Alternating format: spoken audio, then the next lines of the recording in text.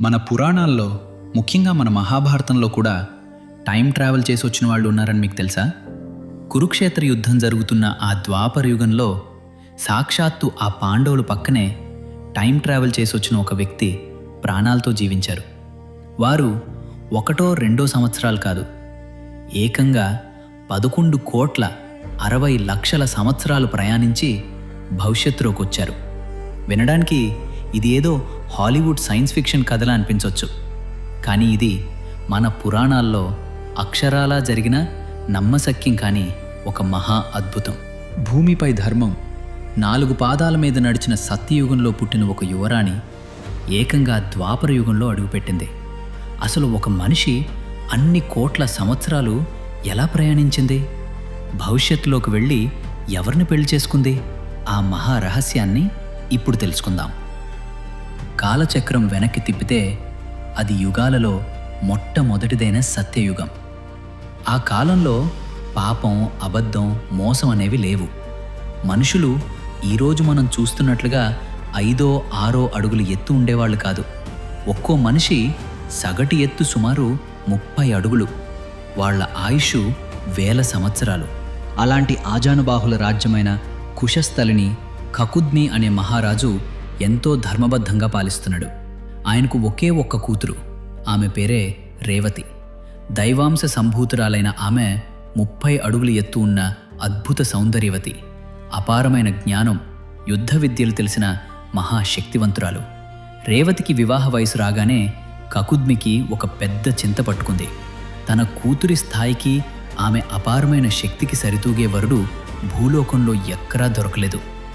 నా కూతురికి తగిన భర్తను సృష్టికర్త అయిన బ్రహ్మదేవుడే రాసిపెట్టి ఉంటాడు, నేరుగా ఆయన దగ్గరికే వెళ్ళి అడుగుతాను అని నిర్ణయించుకుని తన తపోశక్తితో కూతుర్ని వెంటబెట్టుకుని బ్రహ్మలోకానికి బయలుదేరాడు కకుద్మి. తండ్రి కూతుర్లు బ్రహ్మలోకానికి చేరుకునేసరికి బ్రహ్మదేవుడు ఒక అద్భుతమైన గాన కచేరీలో లీనమైపోయి ఉన్నాడు. సృష్టికర్తకు అడ్డు తగలటం ఇష్టం లేక కకుద్మి ఆ పాట పూర్తయ్యేదాకా ఏమీ మాట్లాడకుండా నిలబడ్డాడు. ఆ గానసభ మన భూమి మీద లెక్కల ప్రకారం కేవలం కొన్ని నిమిషాల పాటు మాత్రమే జరిగింది. సంగీతం పూర్తవగానే బ్రహ్మదేవుడు కళ్ళు తెరిచి నవ్వుతూ, రాజా, భూలోకం నుండి సత్యలోకానికి ఎందుకు వచ్చావు అని అడిగాడు. అప్పుడు కకుద్మి తన మనసులో ఉన్న ఒక 4 మహారాజుల పేర్లు చెప్పి వాళ్ళలో తన కూతురికి ఎవరు సరైన భర్త అవుతారో చెప్పమన్నాడు. ఆ పేర్లు చెప్పగానే బ్రహ్మదేవుడు ఒక్కసారిగా గట్టిగా నవ్వాడు. రాజా, నువ్వు అడిగిన ఆ రాజులెవరూ ఇప్పుడు ప్రాణాలతో లేరు.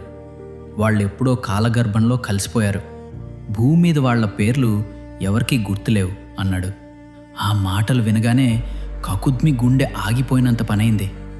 వణుకుతున్న గొంతుతో, దేవా, నేను భూలోకం నుండి ఇక్కడికొచ్చి కేవలం కొన్ని నిమిషాలు మాత్రమే అవుతోంది కదా. ఒక చిన్న గానసభ ముగిసేలోపు నా వాళ్ళంతా ఎలా చనిపోతారు అని ఆవేదనగా అడిగాడు. బ్రహ్మదేవుని సమాధానం వినే ముందు మనం ఇక్కడ ఒక సైన్స్ లాజిక్ తెలుసుకోవాలి. సమయం కంటికి కనిపించని ఒక మహాసముద్రం. ఆ సముద్రంలో మనమంతా ఈదుతున్న చిన్న చిన్న చేపలం. ఆధునిక సైన్స్, ముఖ్యంగా Albert Einstein theory of relativity ప్రకారం సమయం అనేది అందరికీ ఒకేలా ఉండదు. భూమి మీద ఉన్నప్పుడు సమయం గడిచే వేగానికి, అంతరిక్షంలో కాంతి వేగంతో ప్రయాణిస్తున్నప్పుడు గడిచే వేగానికి చాలా తేడా ఉంటుంది. హాలీవుడ్ ఇంటర్స్టెల్లార్ సినిమాలో హీరో ఒక గ్రహం మీద కొన్ని గంటలు గడిపి వస్తే భూమి మీద ఉన్న అతని కూతురు ముసలిదైపోతుంది. దీన్నే టైం డైలేషన్ అంటారు. ఆధునిక ప్రపంచం ఇప్పుడు ఆశ్చర్యపోతున్న ఈ టైం డైలేషన్ గురించి 1000 ఏళ్ల క్రితమే బ్రహ్మదేవుడు కకుద్మి మహారాజుకు చాలా స్పష్టంగా వివరించాడు.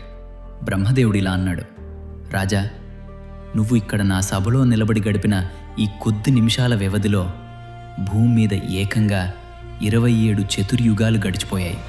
అంటే సుమారు 11,60,00,000 సంవత్సరాలు గడిచిపోయాయి. నువ్వు వచ్చిన సత్యయుగం ఇప్పుడు లేదు. ఇప్పుడు ద్వాపర యుగం నడుస్తోంది. నీ కుశస్థలి రాజ్యం ఎప్పుడో సముద్రంలో కలిసిపోయి ఆ స్థానంలో ఎన్నో కొత్త రాజ్యాలు వెలిశాయి. ఆ మాటలకు తండ్రి కూతుర్లు ఇద్దరూ కుప్పకూలి కన్నీరు మున్నీరయ్యారు. వాళ్ళ బాధను చూసి బ్రహ్మదేవుడు, బాధపడకు రాజా, నీ కూతురికి తగిన వరుడు సాక్షాత్తు ఆదిశేషుని అవతారమైన బలరాముడు ఇప్పుడు ద్వాపర యుగంలో జన్మించున్నాడు. వెళ్ళి అతనికిచ్చి వివాహం చెయ్యి అని ఆదేశించాడు. బరువైన గుండెతో కకుద్మి, రేవతి తిరిగి భూమికి చేరుకున్నారు. కానీ భూమిపై అడుగు పెట్టగానే వాళ్లకు అతిపెద్ద షాక్ తగిలింది. పర్యావరణం మారిపోయింది. వారి కుశస్థలి స్థానంలో ఇప్పుడు సముద్రం మధ్యలో ద్వారకా నగరం ఉంది. కానీ వాళ్లను తీవ్రంగా భయపెట్టిన షాక్ మనుషుల ఆకారాలు. సత్యయుగంలో 30 అడుగులు ఉండే మనుషులు ద్వాపరయుగం నాటికి కేవలం 6 అడుగులకు పడిపోయారు. 30 అడుగుల భారీ ఎత్తు ఉన్న రేవతి నడుస్తుంటే ఒక పెద్ద పర్వతం కదులుతున్నట్టుగా ఆనాటి ప్రజలు ప్రాణభయంతో పరుగులు తీశారు. నా మోకాలి ఎత్తు కూడా లేని ఈ మరుగుజ్జుల ప్రపంచంలో నేను బతకాలా అని ఆమె భయపడిపోయింది. కకుద్మి నేరుగా యాదవ వంశ పెద్దలు, శ్రీకృష్ణుడు, బలరాముడు ఉన్న రాజసభకు వెళ్ళి ఈ టైం ట్రావెల్ మిస్టరీని వివరించారు. సత్యయుగం లాంటి పవిత్రమైన కాలం నుండి వచ్చిన యువరాణి కావడంతో అందరూ ఆమెను ఒక దేవతలా గౌరవించారు. బలరాముడు ఆమెను వివాహం చేసుకోవటానికి అంగీకరించాడు. కానీ 30 అడుగుల రేవతికి 6 అడుగుల బలరాముడికి పెళ్లి ఎలా సాధ్యం? అప్పుడు బలరాముడు తన దివ్య ఆయుధమైన హలాయుధాన్ని అంటే నాగలిని తీసుకుని రేవతి భుజం మీద అత్యంత సున్నితంగా ఒత్తిడి చేశాడు. ఆ దైవిక స్పర్శ తగలగానే రేవతి ఆకారం క్షణాల్లో ద్వాపర యుగానికి తగ్గట్టుగా 6 అడుగులకు మారిపోయింది. అంగరంగ వైభవంగా బలరాముడు రేవతీదేవిల వివాహం జరిగింది. ఆ తర్వాత కకుద్మి మహారాజు వైరాగ్యంతో హిమాలయాలకు వెళ్ళి తపస్సు చేసుకున్నాడు. కానీ ఇక్కడే అసలైన కథ మొదలైంది. రేవతి ఆకారం 6 అడుగులకు మారొచ్చు, కానీ ఆమె మనసు, ఆమె ఆలోచనలు ఇంకా సత్యయుగంలోనే ఉన్నాయి. 100% ధర్మం మాత్రమే ఉండే సత్యయుగం నుంచి వచ్చిన రేవతికి మోసాలకు, కుట్రలకు నిలయమైన ద్వాపరయుగపు మనుషులను చూసి తీవ్ర ఆవేదన కలిగింది. కానీ ఆమె అక్కడే ఒక గొప్ప నిర్ణయం తీసుకుంది. ఆ కొత్త యుగంలో ఒక దారి చూపే దీపంలా మారింది. సత్యయుగం నాటి అసలైన ధర్మాన్ని, వేద జ్ఞానాన్ని ఆ ద్వాపర యుగపు ప్రజలకు బోధించడం మొదలుపెట్టింది. రాజనీతిలో సాక్షాత్తు శ్రీకృష్ణులు, బలరాముడు కూడా రేవతీదేవి సలహాలు తీసుకునేవారు. కురుక్షేత్ర యుద్ధకాలంలో పాండవులకు, ముఖ్యంగా ద్రౌపది, కుంతీదేవులకు ఆమె ఎంతో ధైర్యాన్ని, సత్యయుగపు విలువను నేర్పించింది. పాండవుల కుమారుడైన అభిమన్యుడికి తన సొంత కూతురైన శశిరేఖని ఇచ్చి వివాహం చేసి వాళ్లతో గొప్ప బంధాన్ని ఏర్పరచుకుంది. ఒక పరాయి యుగంలో అడుగుపెట్టినా తన అపారమైన జ్ఞానంతో ద్వాపర యుగానికే ఆమె ఒక మార్గదర్శిగా నిలిచింది. ఇంతటి గొప్ప చరిత్ర ఉన్న రేవతీదేవి జీవిత చరమాంకం మాత్రం విషాదకరం. కురుక్షేత్ర యుద్ధం ముగిసిన 36 ఏళ్ల తర్వాత యాదవ వంశం మొత్తం కళ్ళెదుటే నాశనమైపోయింది.